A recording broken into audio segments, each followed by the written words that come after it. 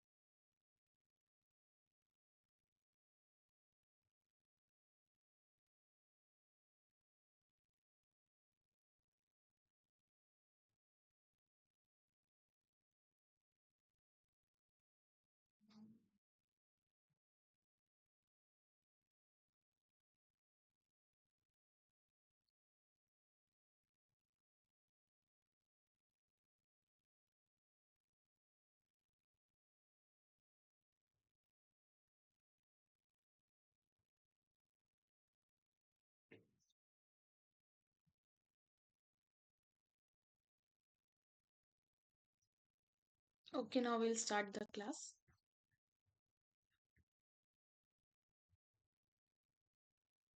So, I hope my voice is audible to everybody. So, a very good evening, everyone. Today we have gathered to solve the questions which are related to week 6 of our course, which is Introduction to Developmental Biology. So, we'll be discussing the questions which are related to week 6. We'll be discussing the questions, and along with the questions, we'll be uh, learning the topic which is related to the questions as well. Okay. So the first question is choose the correct statements regarding the receptor tyrosine kinase pathway. So here the question is regarding the RTK pathway. So first option is a gain of function mutation in the RAS gap may lead to cancer. Second, a loss of function mutation in ERK will lead to excessive target gene expression. Third, RTK signaling effects are limited to the regulation of cell cycle. Fourth, injecting purified GTP within the cell will cause the activation of RTK signaling. Fifth, serine is a suitable substitute for tyrosine residues within the receptors for phosphorylation. Sixth, MEK is epistatic to ERK. And seventh, dimerization of receptors is required for downstream signaling. So there are seven options and you have to choose correct statements. There can be more than one correct statements and all the statements are related to the receptor tyrosine kinase, that is RTK pathway. Okay. So I'm giving you 2 minutes. You think, you go through all the options, read them, and then we'll discuss it. Okay. Do it.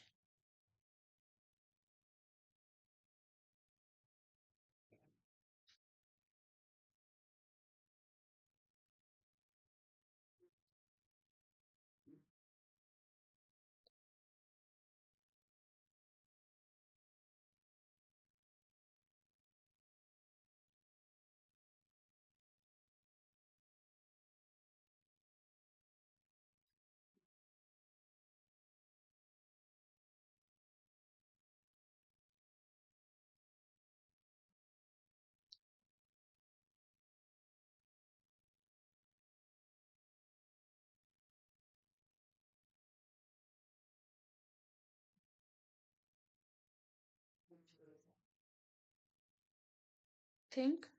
Go through all the options very carefully and then try to choose the correct options.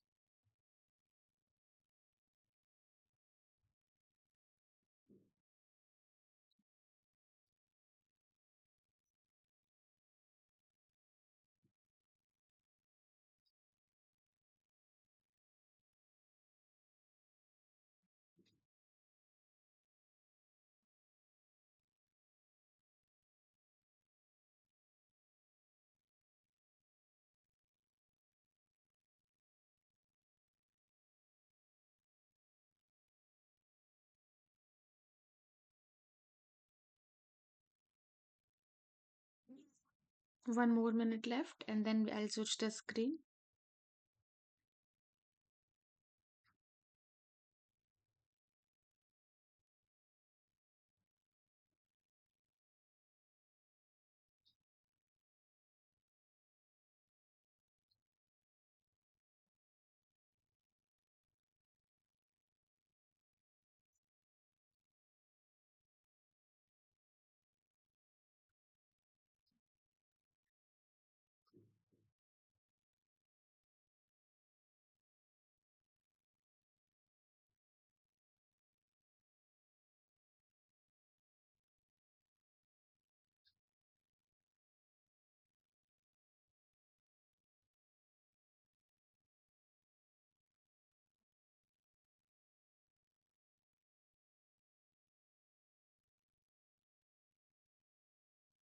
Okay, so I'm switching the screen now.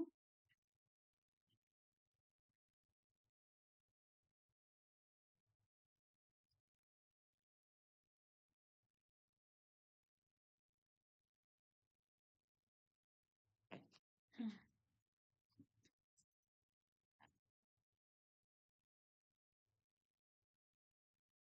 Okay, so the question is, I'm sorry if I'm speaking a little slow. I'm not that well. That's why I cannot speak very loudly today.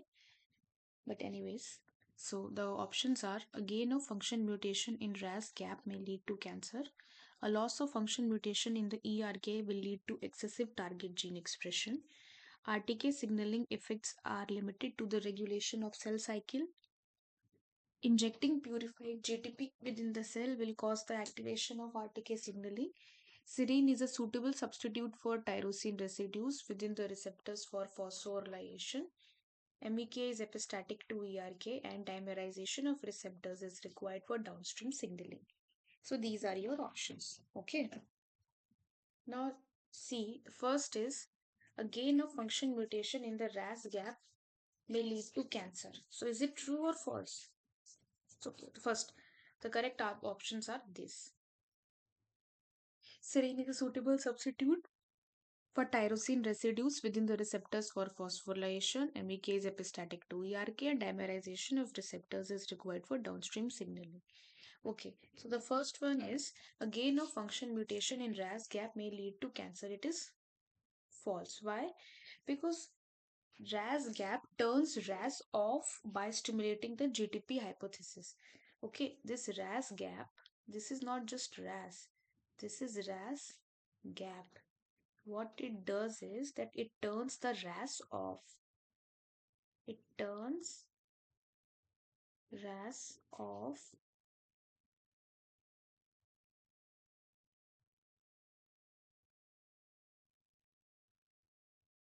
by GTP hydrolysis.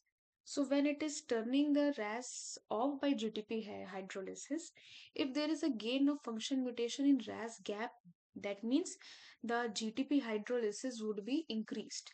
If the GTP hydrolysis is increased, the activity of RAS will be off, turned off more. So there will be less proliferation. See, ERK pathway ultimately leads to the proliferation of cells, but it requires RAS for its activity. And because RAS is getting off because of this, so will there be more proliferation or less proliferation? Less proliferation. So can it lead to cancer? No, it cannot lead to cancer. See here, uh, this is the RTK pathway. Okay. See, these are the receptors and this is your ligand. What is happening here?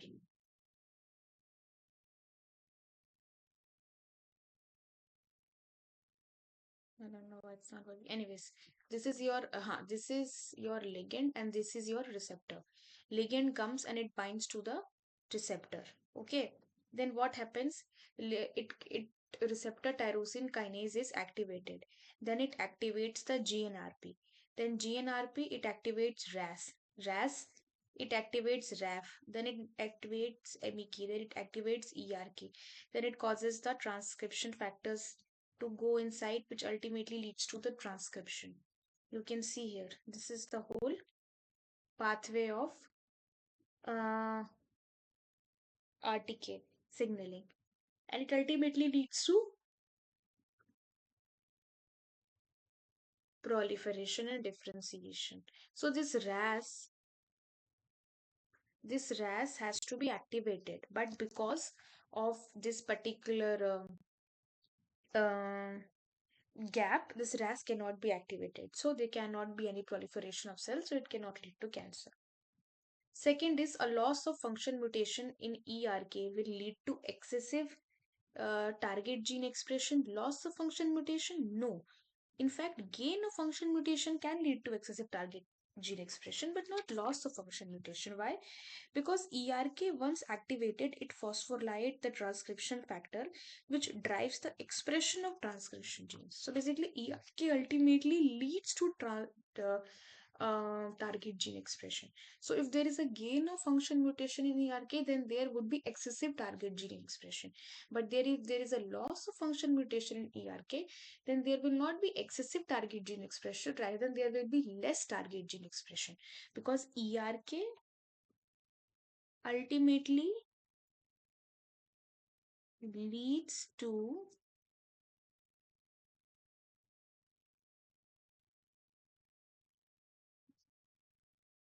target gene expression. Okay.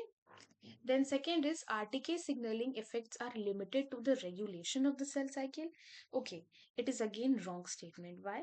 See, RTK signaling is required for the regulation of cell cycle, but its effects are not limited only to cell cycle regulation.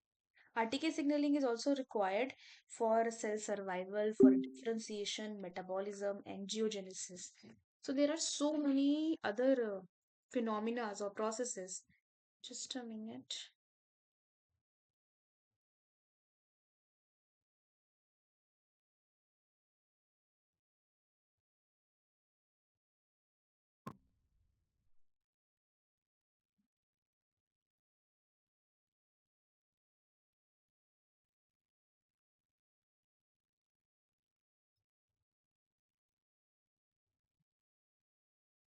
So there are so many phenomena or processes where RTK signaling plays an important role. It's not that it is only required in the regulation of cell cycle. So again, this is wrong. Then fifth statement is serine is a suitable substitute for tyrosine residues within the receptors for phosphorylation. The primary residue which where the phosphorylation happens is tyrosine, but it can also happen on the serine residues because it also has the hydroxyl group. For phosphorylation, you need the OH group. OH group may to there will be phosphorylation, right? So serine also has the OH group. So if tyrosine is not there, then serine can also act for phosphorylation side. So it is okay. Then MEC is epistatic to ARK. Yes, again it is correct. Then dimerization of receptors is required for downstream signaling. Yes, for whatever signaling, if there is one receptor, there is another receptor, the ligand will come and bind and the receptor will dimerize. Wherever you read about any signaling pathway, the basics of any signaling pathway says that after the binding of the ligand, the receptor dimerizes. So it is a basic general concept. See,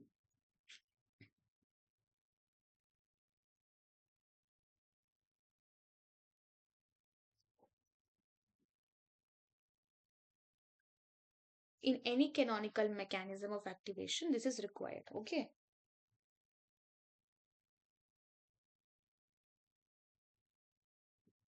Okay, so this is again correct. Acha, we left one option which is injecting purified this thing. Injecting purified GTP within the cell will cause activation of RTK signaling. Is it correct or not? No, because RTK activation requires receptor dimerization. Then, first of all, the ligand has to bind, then dimerization, then autophosphorylation of tyrosine residues, then recruitment of the adapter proteins, and then simply adding GTP to the cytocol doesn't reliably switch on the pathway. So, this is again wrong. Okay. I hope this is clear to everybody. This question is clear. So this question was completely related to the RTK pathway. Okay. The next question is choose the correct statements regarding the JAK-STAT pathway. So one question was related to the RTK pathway. This question is related to the JAK-STAT pathway. Okay.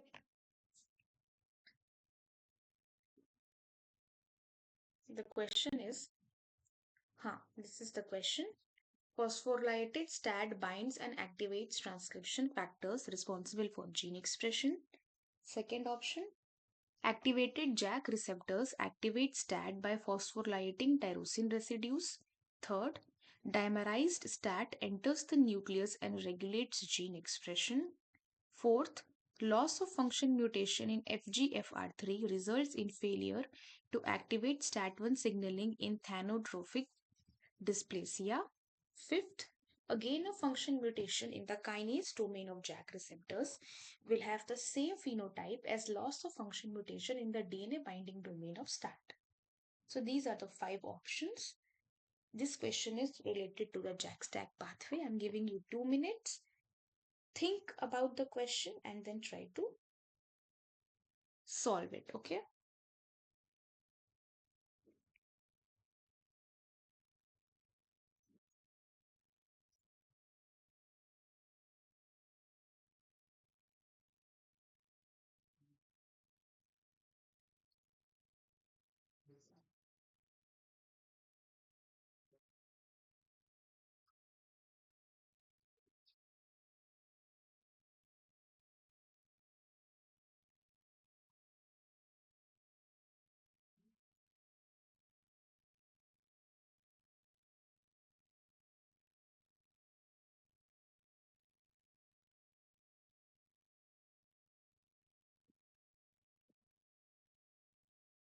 Think what can be the answer.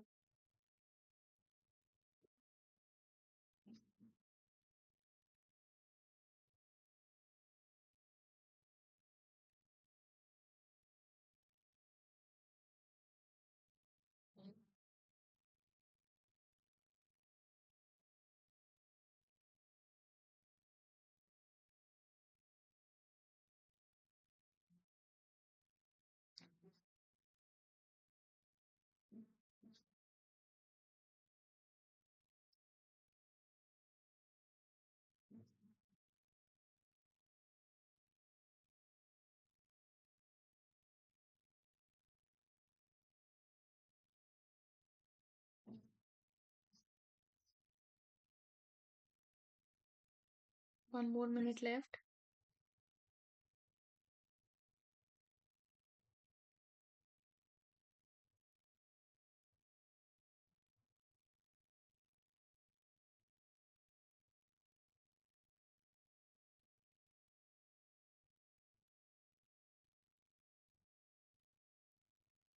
Mm.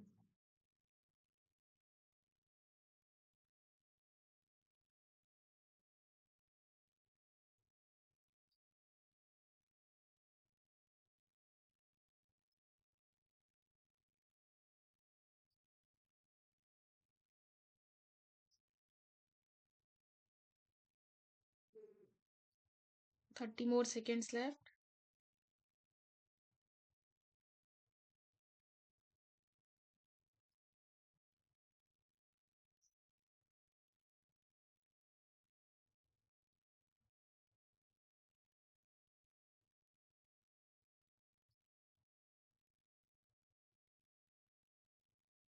Okay, so now let us discuss this question.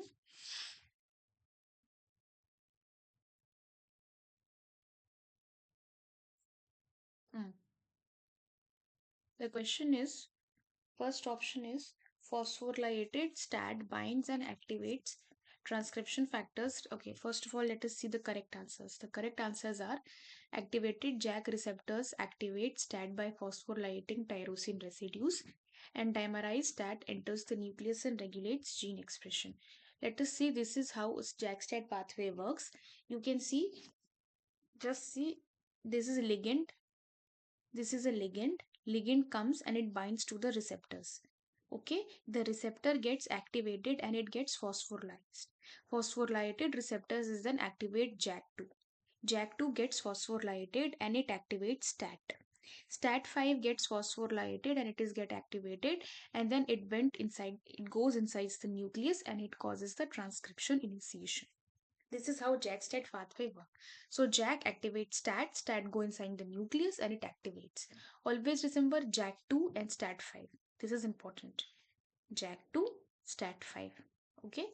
So there are two receptors. These are the receptors. Receptors gets dimerized, gets phosphorylated, activates, phosphorylates JAK2.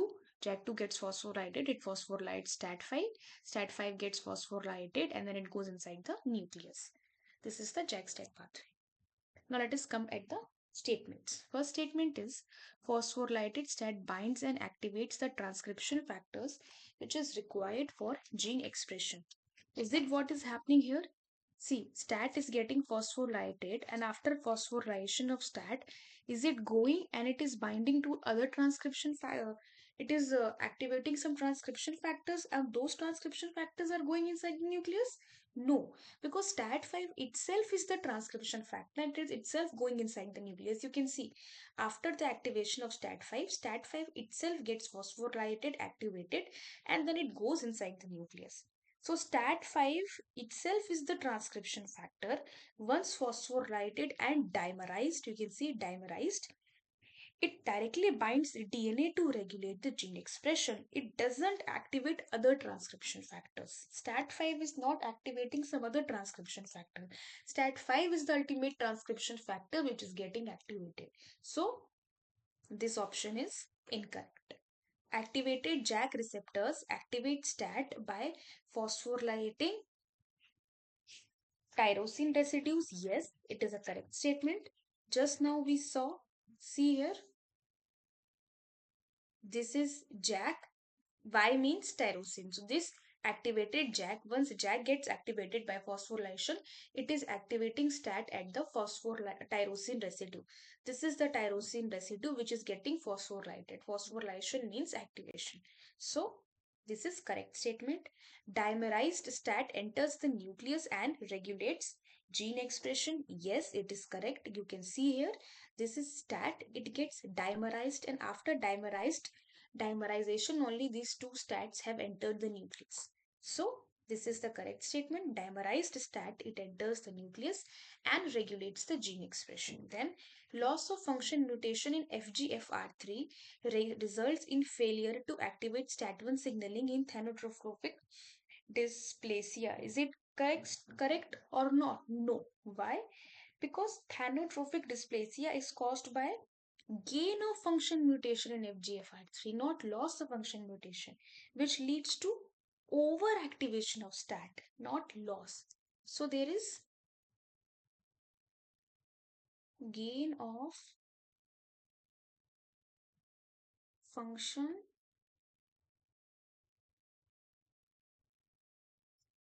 mutation in FGFR3, which leads to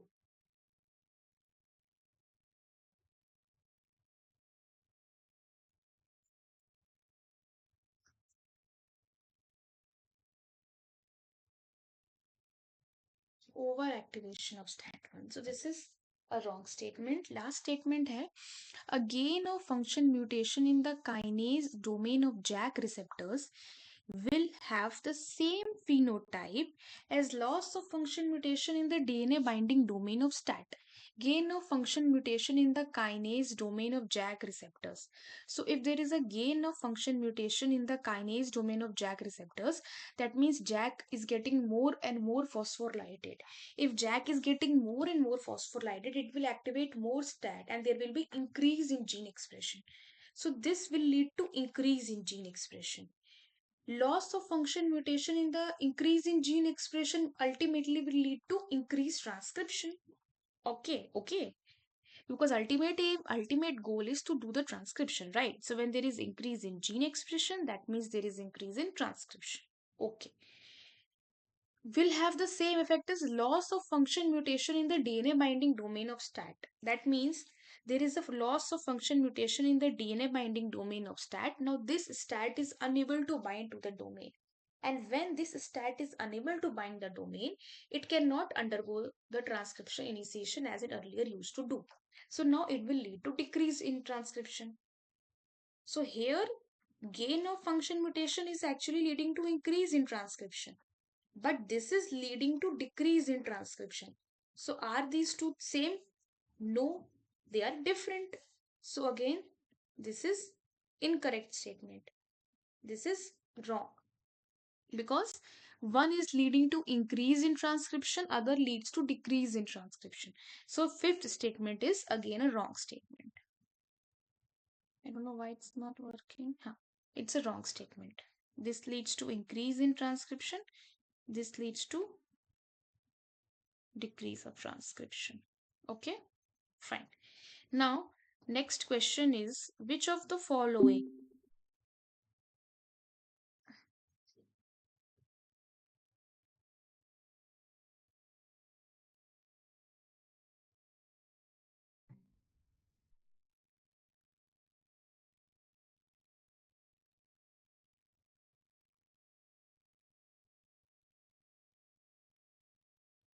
Just a minute.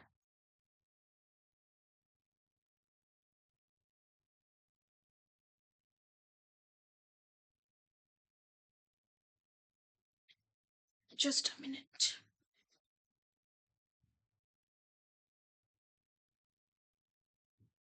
Hmm. Okay. So the question is which of the following are true regarding the hedgehog signaling? The options are deficiency in palmitate synthesis can interfere with hedgehog signaling. Second option, the protein dispatched is required for secreting membrane enclosed hedgehog. Third, hedgehog is secreted as lipoprotein assemblies with the help of heparin sulfate proteoglycans. Fourth, cholesterol is required for receptor binding of hedgehog. And fifth, loss of function mutation in patched will have the same effect as gain of function mutation in smoothened.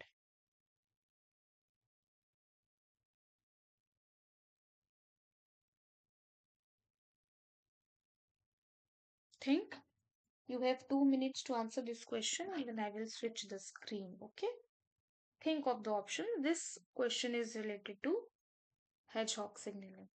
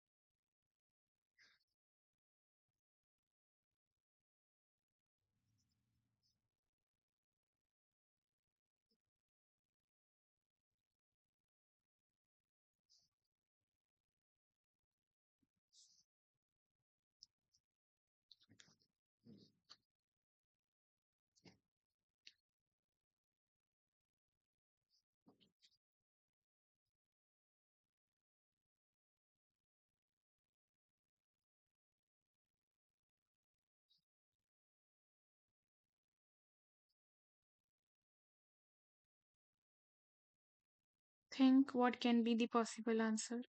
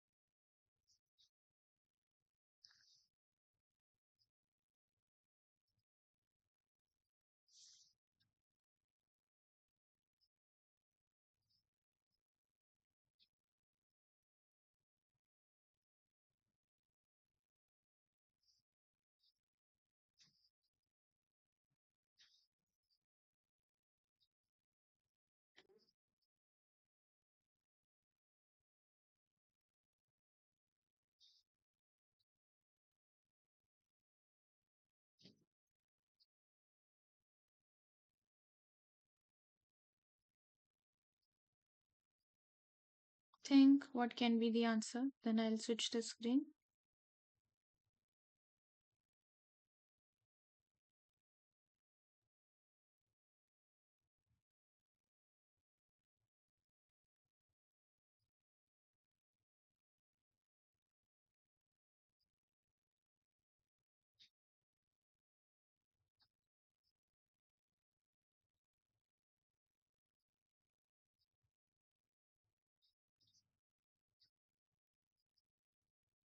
Okay, 30 seconds more.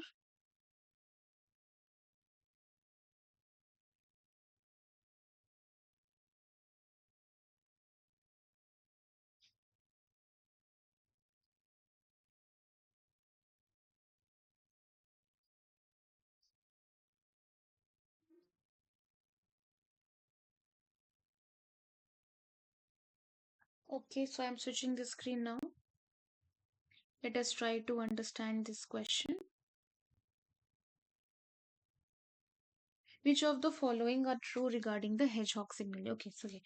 The correct answers are deficiency in palmitate synthesis can interfere with hedgehog signaling.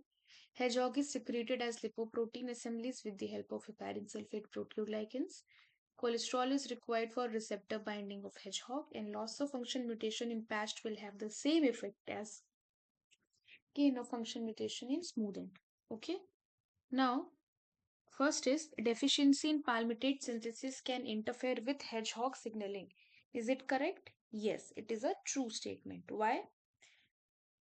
Because hedgehog undergoes dual lipidation. N terminal of hedgehog is secreted and it is modified by the attachment of cholesterol, which is very much important. Okay, so the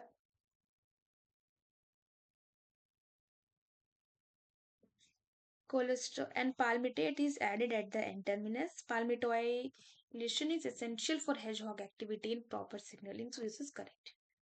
Then the protein dispatched is required for secreting membrane hedgehog and membrane enclosed hedgehog. It is an incorrect statement. Then hedgehog is secreted as lipoprotein assemblies with the help of heparin surface proteoglycan. It is again a true statement. Why? Because hedgehog is released in association with lipid particles, and these heparin surface proteoglycans they actually facilitate its spread in the extracellular matrix. So they are very much important.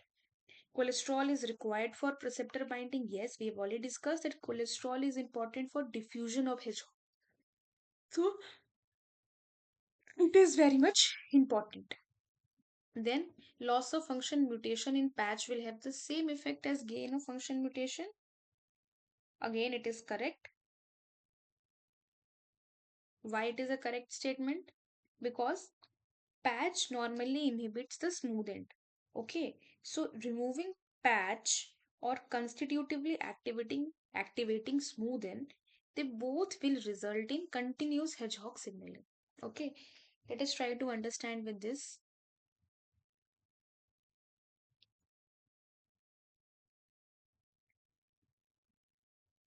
See, this is the hedgehog pathway.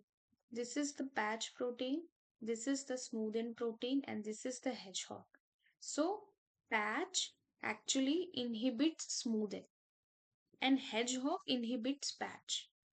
Okay, so patch inhibits smoothen, and when there is no hedgehog, then patch protein can inhibit the smoothen protein, and ultimately there is no transcription of the hedgehog repressive gene because CI cannot bind. CI is CI protein is um, phosphorylated and it is made repressor and therefore it cannot bind. But when hedgehog comes, hedgehog inhibits the patch protein. And because hedgehog inhibits the patch protein, so now the inhibition activity of patch is not there and therefore smoothen is there. Now this smoothen, it inhibits, yes, slim and uh, phosphodiesterase A so that they cannot degrade the CI and therefore there is activation and therefore there is transcription of hedgehog responsive gene. So this is important. Hedgehog inhibits patch and patch inhibits smooth end. This is important. Now let us see the question, the option. Loss of function mutation in patch. So patch inhibits smoothing. So when there is loss of function mutation in patch, that means now since there is loss of function mutation in patch, it cannot inhibit smoothing properly. Therefore, there will be increase in hedgehog signaling. Hedgehog signaling will have the same effect as gain of function mutation in smoothing. When there is gain of function mutation in smoothing, then also there would be increased in hedgehog signaling. So yes, it is the correct option. I hope this is clear. Ultimately, smoothen is the one. If there is more smoothen, more hedgehog. More.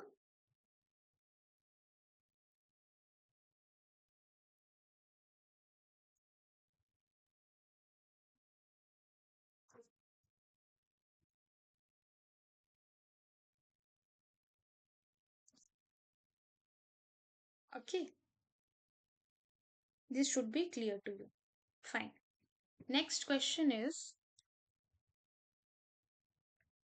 two cell lines were cultured in the presence of a ligand specific to a given signaling pathway. Based on the following graph, identify the correct statement which is relevant to the signaling required for the TCF mediated transcription of G. This is test cell line and this is the control cell line. Options are, test cell line may have a gain of function mutation in protein kinase A. B. Test cell line may have a loss of function mutation in smoothened. C. Test cell line may have a loss of function mutation in disheveled. D. Test cell line may have an immature stop codon in the axin gene. And last, test cell line may have a gain of function mutation in the GSK3. These are your options. Think what can be the answer. Okay. I'm giving you 3 minutes for this question. Try to solve it. Okay. Go. Try.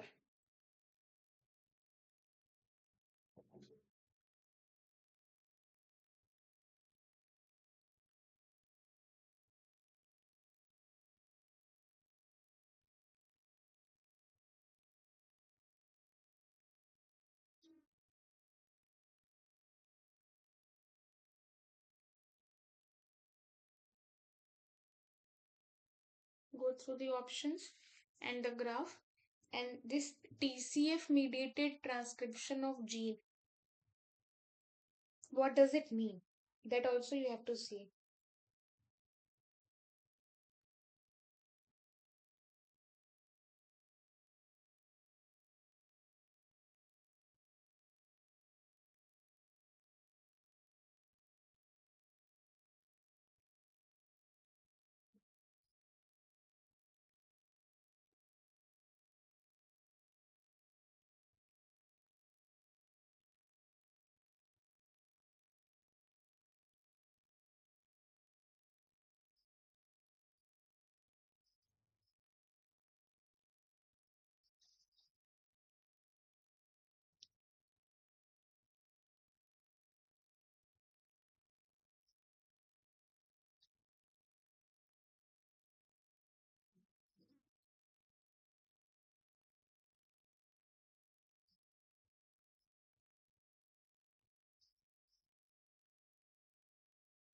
One more minute left.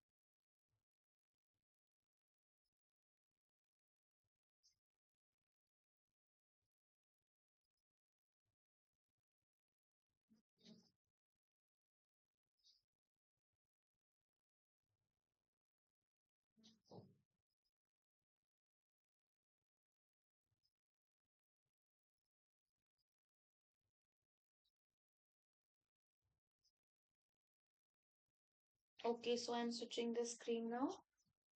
It's a very interesting question, actually. Very interesting.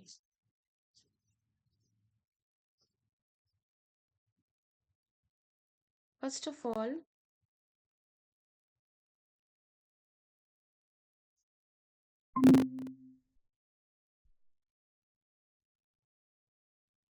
let us see how the wind signaling actually works. Okay, see, this is the activated wind signaling and this is the inhibited wind signaling.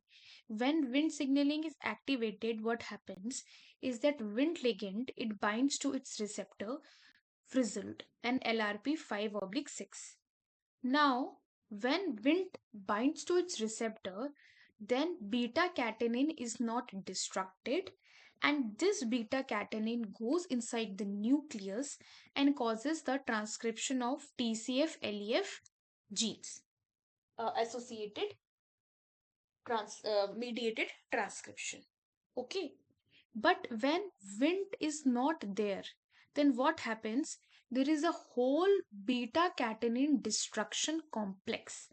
And this beta catenin destruction complex typically comprises of GSK3 beta, axin, APC, CK1 alpha. And this beta catenin destruction complex, it phosphorylates beta catenin, which marks it for ubiquitin mediated proteolysis, and then ubiquitinization happens and this beta catenin is destroyed, it is destructed. And because this beta catenin is destructed, it cannot go inside the nucleus, and therefore TCF mediated gene transcription does not happen. So when Wnt is there, beta catenin is preserved. When Wnt is not there, beta catenin is not preserved, because when Wnt is there, this the components of the beta catenin destruction complex, which are GSK3 beta, disabled, CSK1 alpha, and axin. These are the component of the beta catenin destruction complex. They cannot go and bind to the beta catenin. But when Wnt is not there, they can go and bind to the beta catenin, phosphorylate it, marks it for ubiquitination. Beta catenin is ubiquitinated and therefore no gene transcription. So this is about Wnt signaling, canonical Wnt pathway. Okay, this is the Wnt pathway. Now let us try to understand the question. The question says two cell lines were cultured in the presence of a ligand specific to a given signaling pathway. Okay, that means ligand was provided. Ligand has been provided. First inference is ligand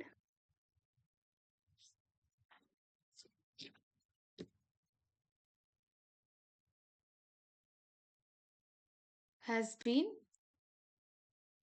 provided.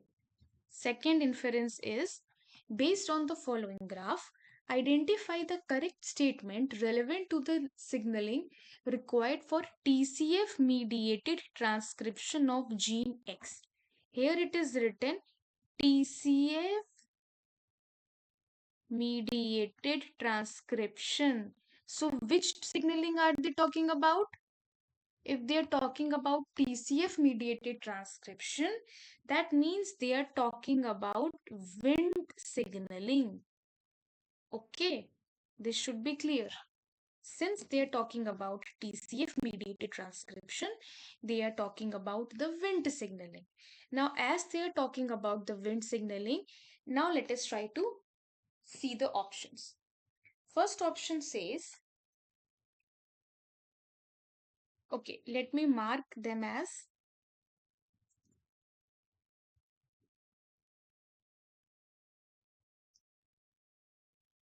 Okay. The correct options are test cell line may have a loss of function mutation in disabled and test cell line may have a gain of function mutation in GSK3. I am marking it as 1, 2, 3, 4. 1, 2, 3, 4 and 5. Test cell line may have a gain of function mutation in protein kinase. Does Wnt signaling anywhere has protein kinase involved? No, this is wrong.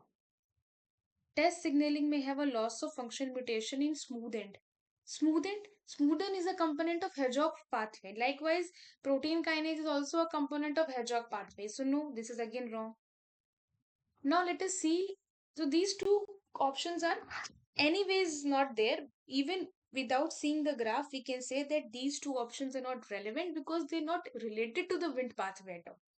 Now you see here what is happening, that when the ligand has been provided, the control, the activation of the gene in control cell line is very good, but there is lesser activation of gene in the test cell line after the uh, after providing the ligand.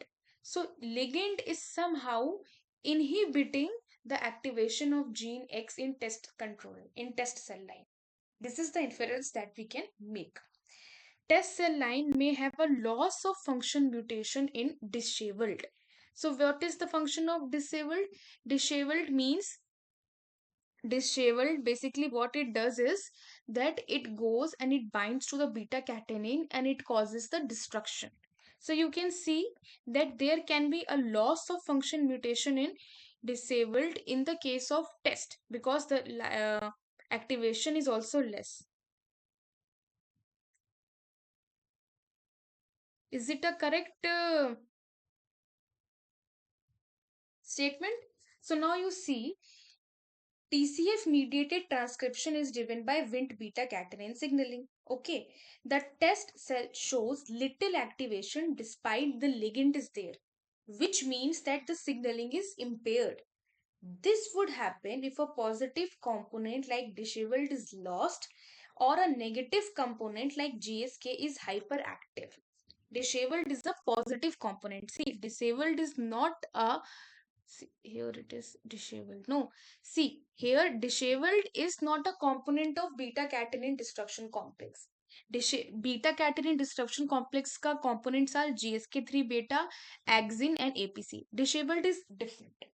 Now you see that there should be good amount of activation in the test cell line because ligand is there, Wnt is there, but even after Wnt is provided, the activation of gene X is very less, which means that there might be a loss of function mutation in disabled, because disabled actually promotes activation. So yes, it may have an immature stop codon in the axin gene.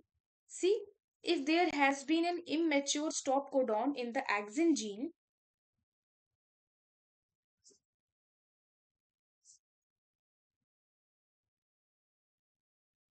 basically axin gene is a component of the beta catenin destruction complex. So if there is an immature, if there is an axin loss, then there should be increase of beta catenin activation.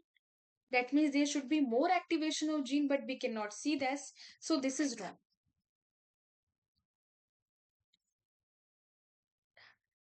So this is wrong. This one is again wrong. Why?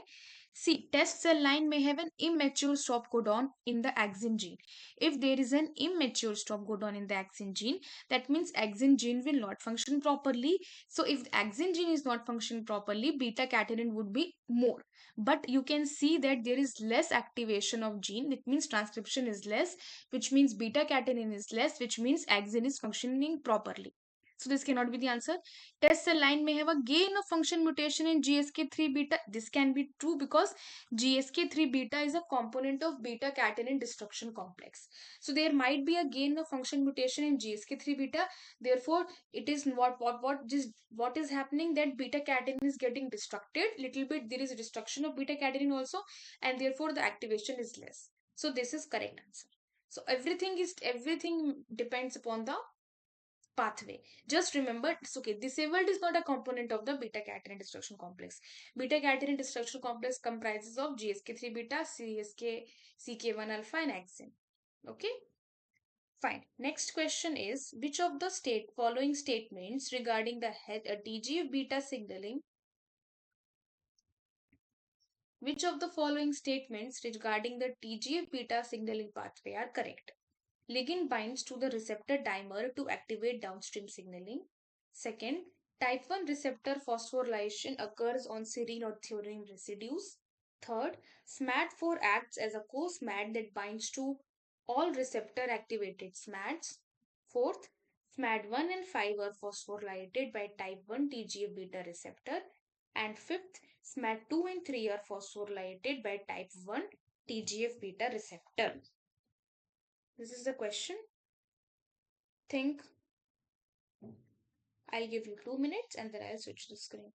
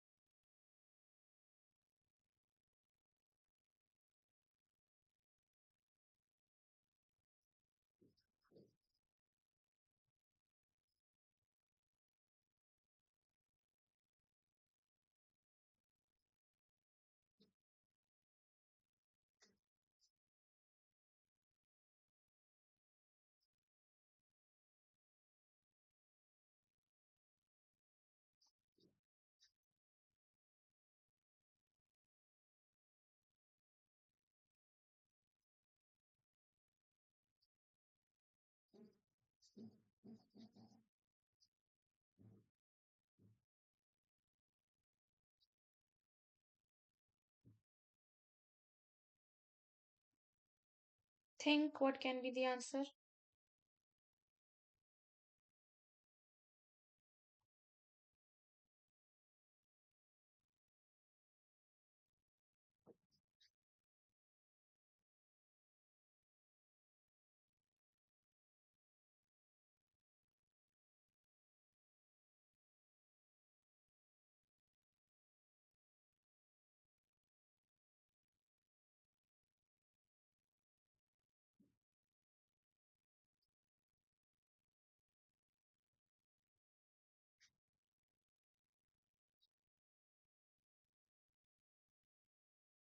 Think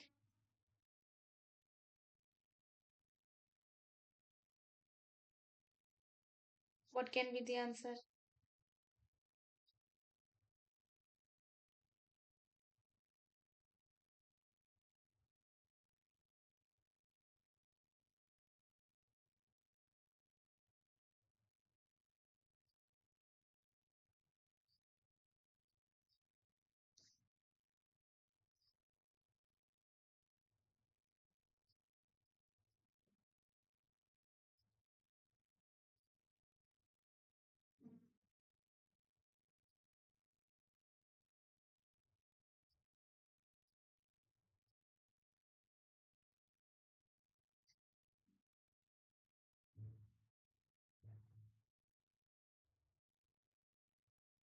Okay, so I'm switching the screen now.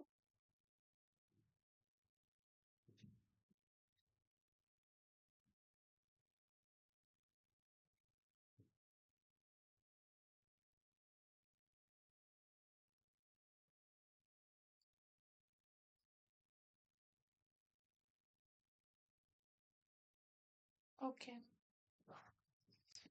So the first option is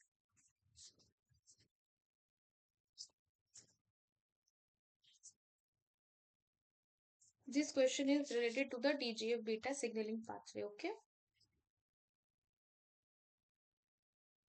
Hmm. The first option is ligand binds to the receptor dimer to activate downstream signaling. Is it correct? No, it is incorrect statement. Why?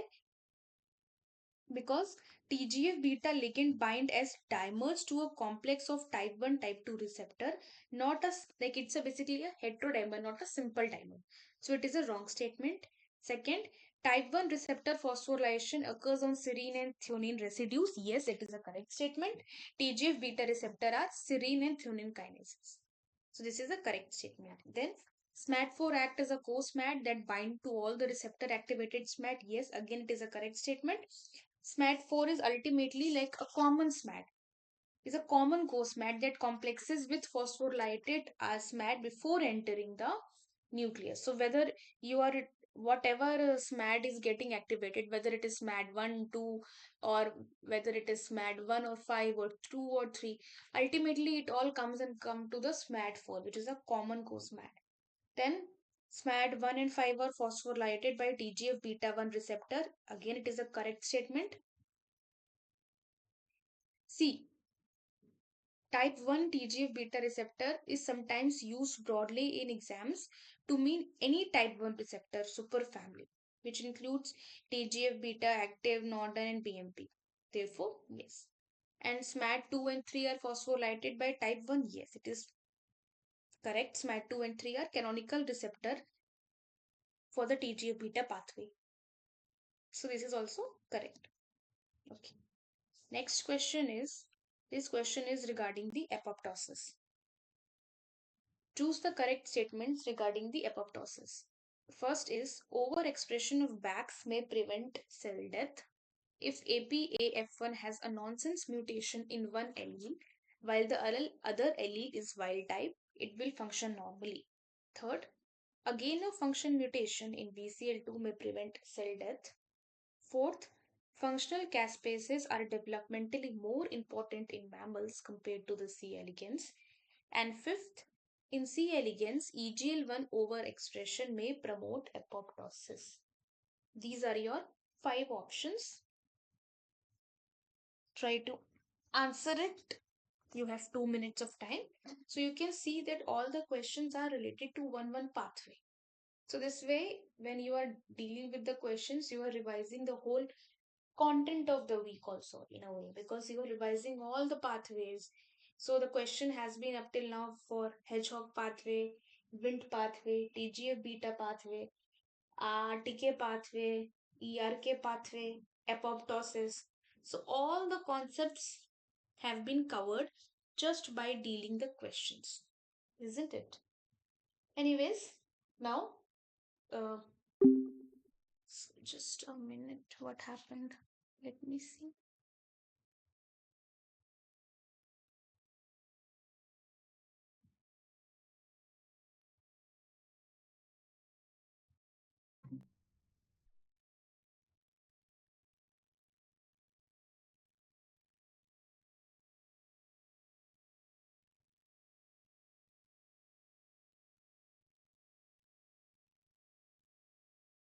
Yes, this is the question.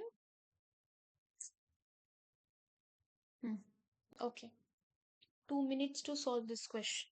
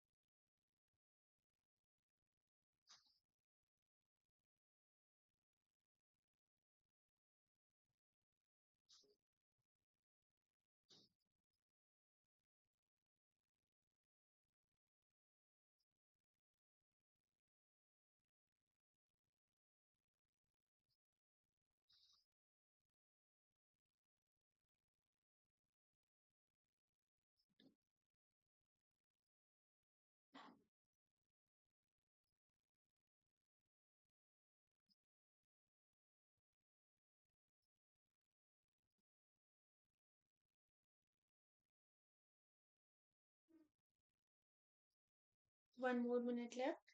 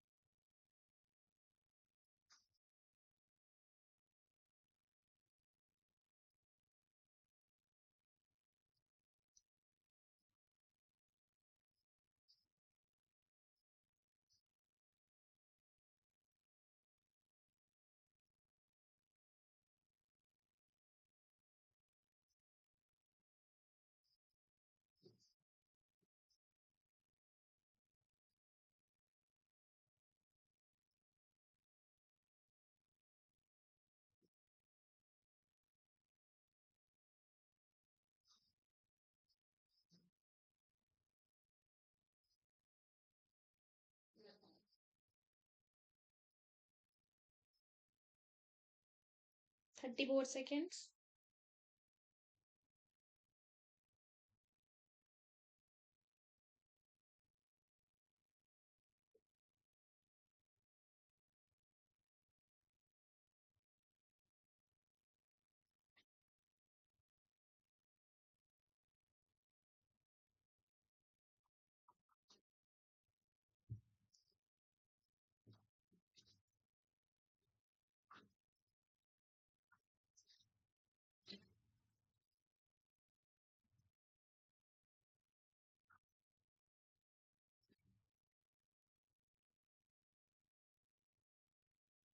Okay, so I'm switching the screen now.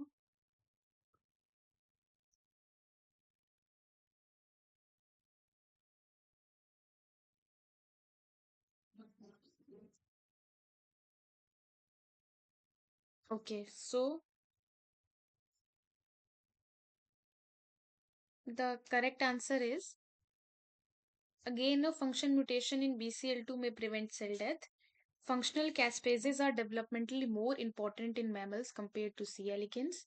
In C. elegans, EGL1 overexpression may promote apoptosis. Now let us try to understand the question. First option is overexpression of BAX may prevent cell death. So is it a correct statement? No, it is wrong. Why?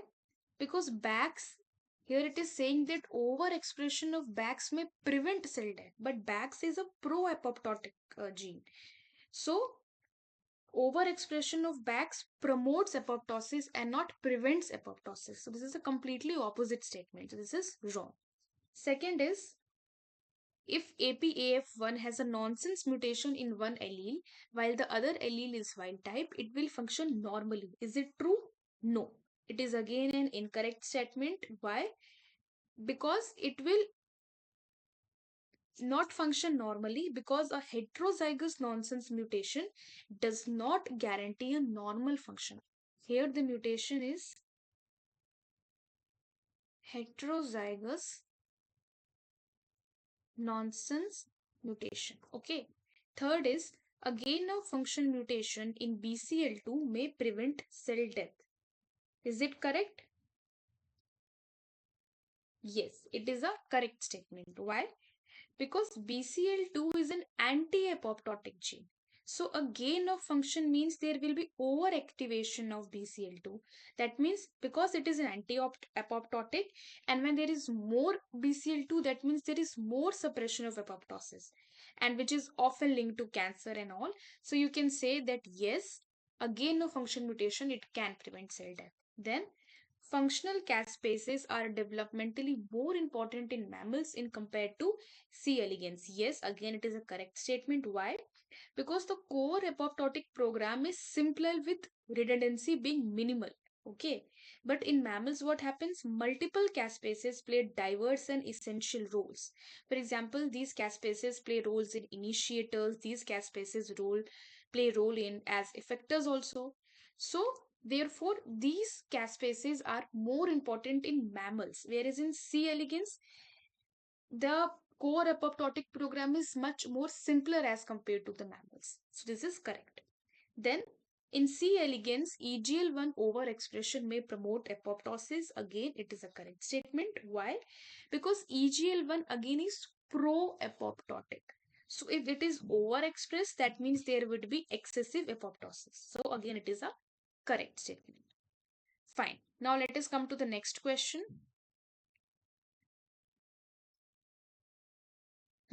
Next question is this. Identify the correct signaling interactions.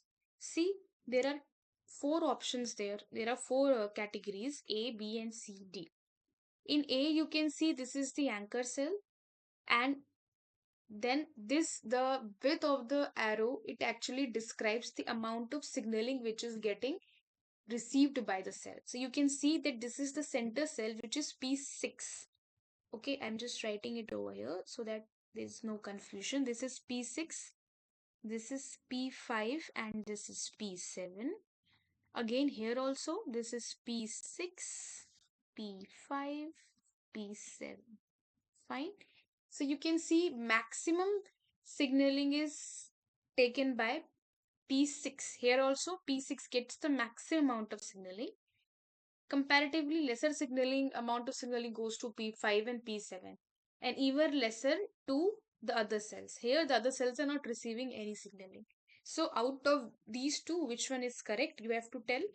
Then here also you see P6 and P5, P6 and P5, how P6 and P5 are interacting. P6 obviously has greater amount of the signaling molecules, so it gives these signaling molecules to P5 also. So how there is an interaction between P6 and P5 that happens, so that you have to see. So now accordingly the options are, I'm just marking it like this: 1, 2, 3, 4, 5, 6, 7 and 8. Okay, so these are your 8 options. Now accordingly you have to see that which of them is correct. Only A, only B, only C, only D, A and D, A and C, B and C and B and D. Which of them is correct, that you have to tell. Okay, so I'll give you 2 minutes to answer this question, and then I'll switch the screen and then we'll discuss.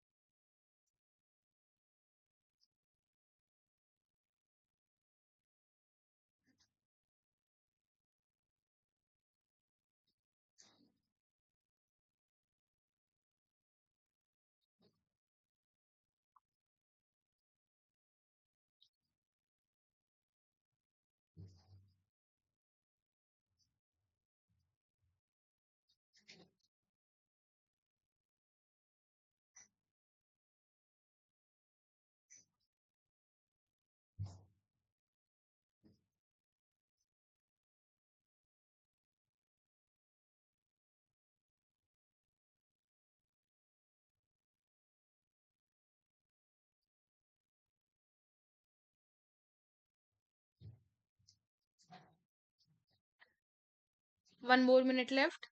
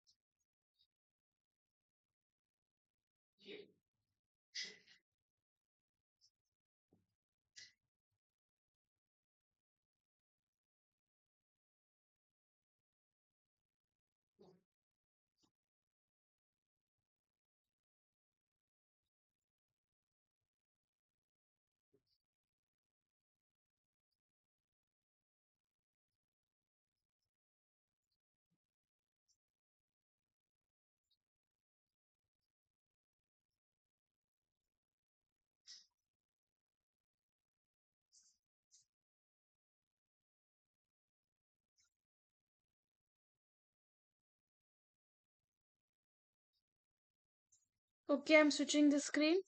Let's discuss this one.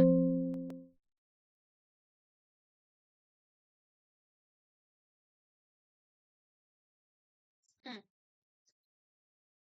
Okay, so We have already discussed this one quite a many times. The correct answer is B and D. Why? Because we have discussed that the anchor cells, it gives us the link 3 signaling, which is a short range signaling. Okay, and therefore it strongly induces the P6P cell. Weakly, if induces it P5 and P7 only. It cannot go beyond P5 and beyond P7. It cannot induce these cells. It's a short range signaling, no. So it cannot induce these cells. It can only go up till P5 and P7. So B is the correct option here. Then from here, which one is correct? D is correct. Why? Because this is this Lin12 which is getting secreted. It is a notch signaling,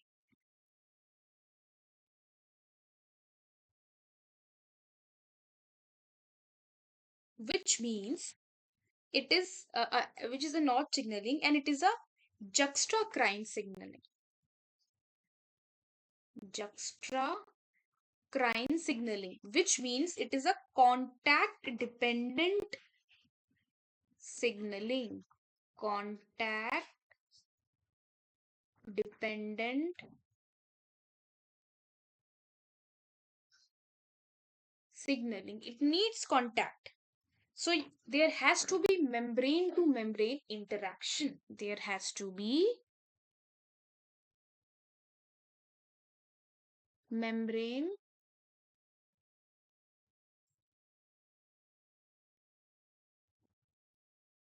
to membrane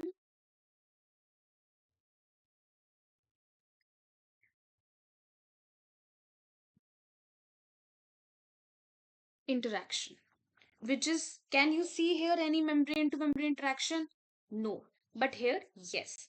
So this means B is also correct and D is also correct. Is there any option? Yes. So the correct option is B and D. So I hope this question is clear to everybody. Fine. Let us move to the next question. Identify the correct statements concerning the role of extracellular matrix in development. Okay. A block in carbohydrate synthesis may adversely affect morphogenesis.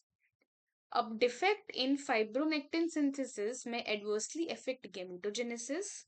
Third, tissue scaffold treated with calcium chelators will prevent cell adhesion. Fourth, integrins are ECM components, extracellular matrix components, required for relaying signals to the cytoskeleton components. Fifth, cancer metastasis requires the expression of ECM degrading enzymes. These are your options. Okay. This question is related to the role of extracellular matrix in development. So I'll give you 2 minutes. After 2 minutes, I'll switch the screen and we'll discuss it. Okay. Think what can be the answer.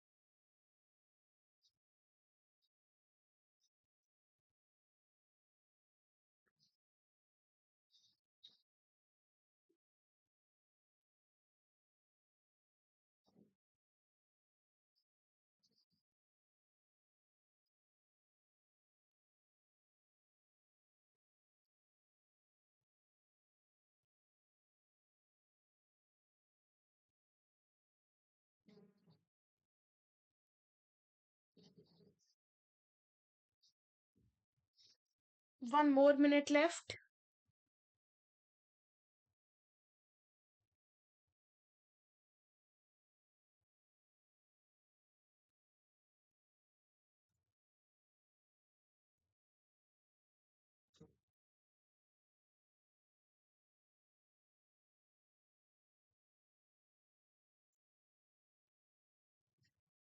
Okay. Now let us discuss this question. First option is a block in carbohydrate synthesis may adversely affect morphogenesis. Is it true? Yes, it is correct. Because extracellular matrix glycoproteins and proteoglycans, which are rich in carbohydrates, they are crucial for morphogenesis. So, if we are blocking the carbohydrate synthesis, that means the ECM structure and morphogen gradient is also impaired. So this is correct statement. A defect in fibronectin synthesis may adversely affect gametogenesis.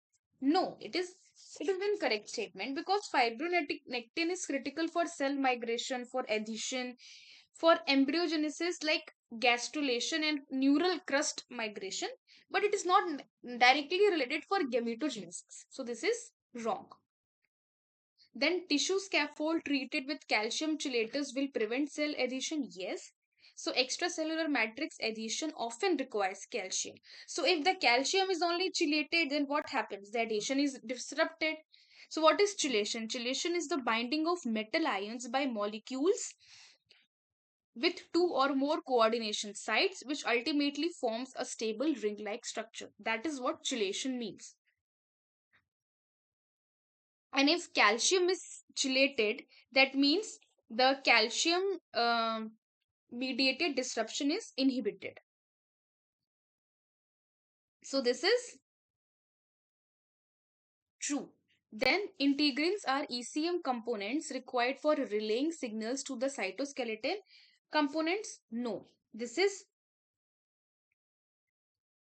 not correct because integrins are cell surface receptor. They are not ECM components. Okay. They bind ECM molecules and connect to the cytoskeleton. But they're not ECM components. They bind to ECM. They are cell surface receptors. So therefore it is wrong. What are ECM components? ECM components are fibronectin, laminin, collagen. These are ECM components. But integrins are not ECM components. Integrins are cell surface receptors that bind to ECM. So this is wrong statement. Then cancer metastasis requires the expression of ECM degrading enzyme. Is it true? Yes, it is true.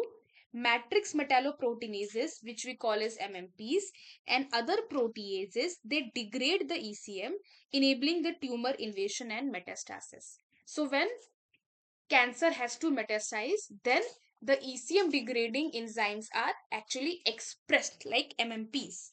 So this is correct. Okay.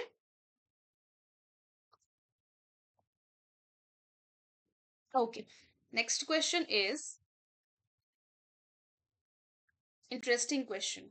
An ERK dependent gene failed to express after induction with the specific ligand. Which of the following may be the possible causes?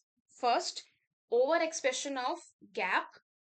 Second, STAT5 failed to enter the nucleus. Third, there was a failure in the hedgehog palmitoylation. Fourth, son of 7 less SOS has a loss of function mutation. Fifth, there is a gain of function mutation in GLI receptor. And sixth, the LRP56 receptor has a loss of function mutation in the ligand binding domain. So this is your this thing. These are the options. I'll give you 2 minutes. After 2 minutes, I'll switch the screen and we'll discuss it. Okay.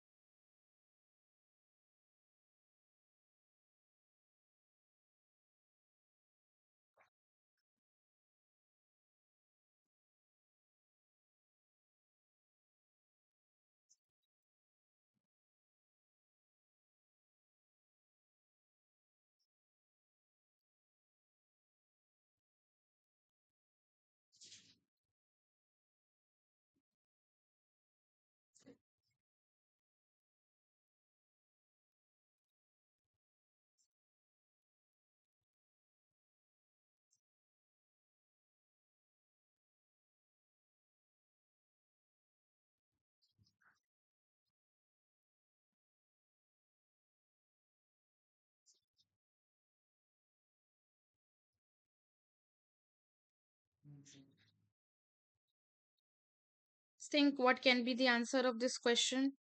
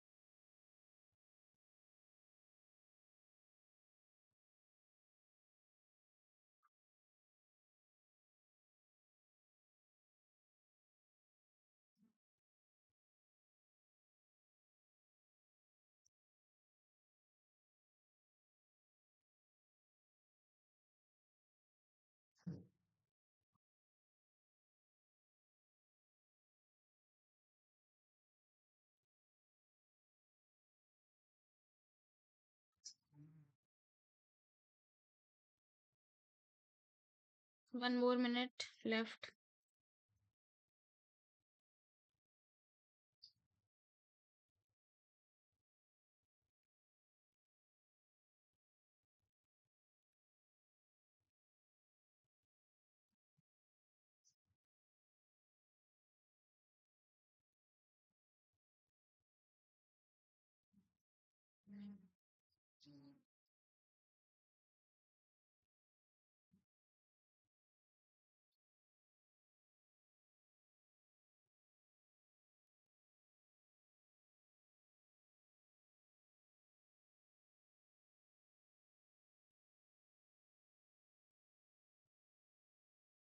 30 seconds more.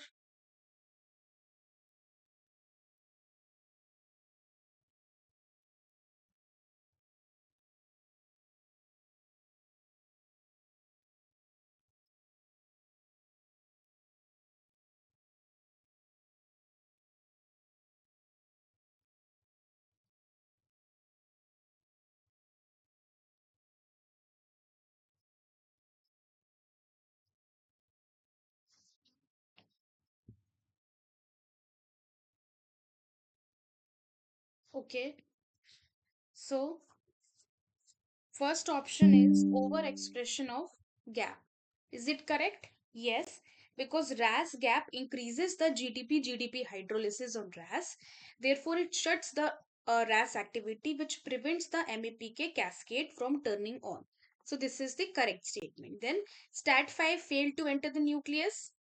Is it correct? No, it is incorrect statement because STAT5 is a part of the JAT-STAT pathway. No, its nuclear import won't directly explain the failure of ERK dependent gene.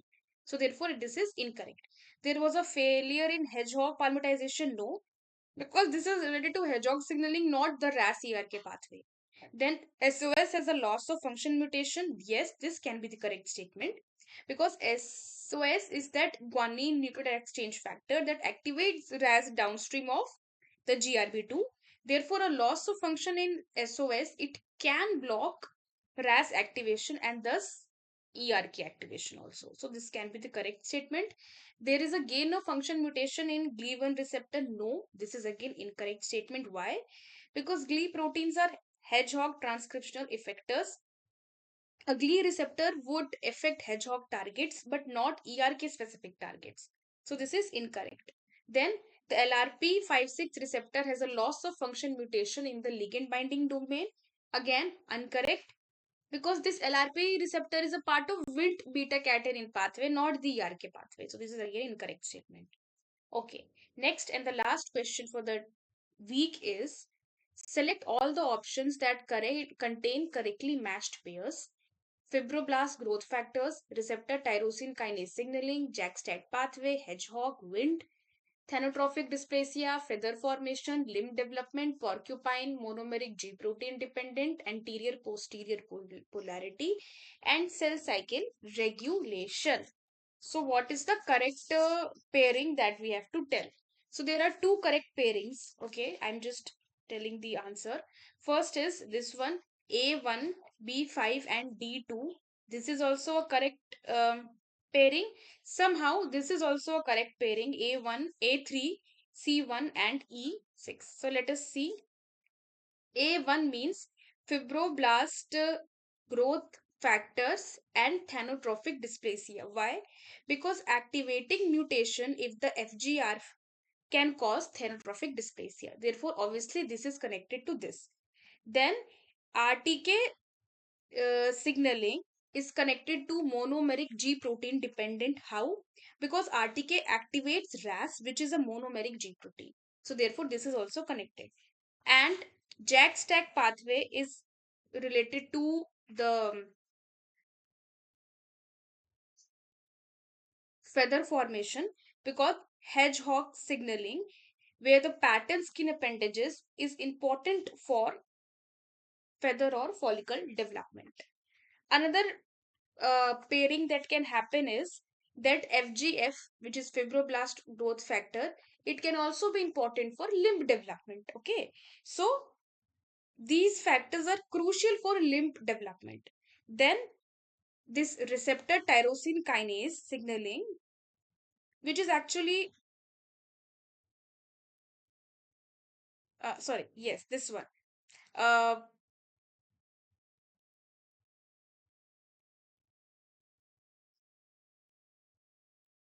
hmm. Wind signaling. Basically, wind signaling is important for describing or deciphering the anterior posterior polarity, because we know that wind signaling helps in maintaining the anterior posterior polarity in the case of Drosophila, also other many contexts also. Then JAK-STAT signaling is also linked with thanatophoric dysplasia, because thanatophoric dysplasia is related to JAK-STAT signaling, but JAK-STAT is more commonly connected to the cytokine signaling, cell proliferation, hematopoiesis. But here also, since proliferation is under account, so we can take this also. So there are two correct options. I'll just label it as 1, 2, 3, 4, 5. So option 1 and option 3, these are the two correct options. Okay. So I hope this is all clear to you. If you have any doubts, you can always ask me, or you can connect to me via commenting on the YouTube videos if you have any doubts. So I hope today's lecture was informative and you could understand the concepts. We'll meet next Tuesday and we'll deal the questions for for week 7. Okay. So we'll deal the chapter week 7 content in the next week's class.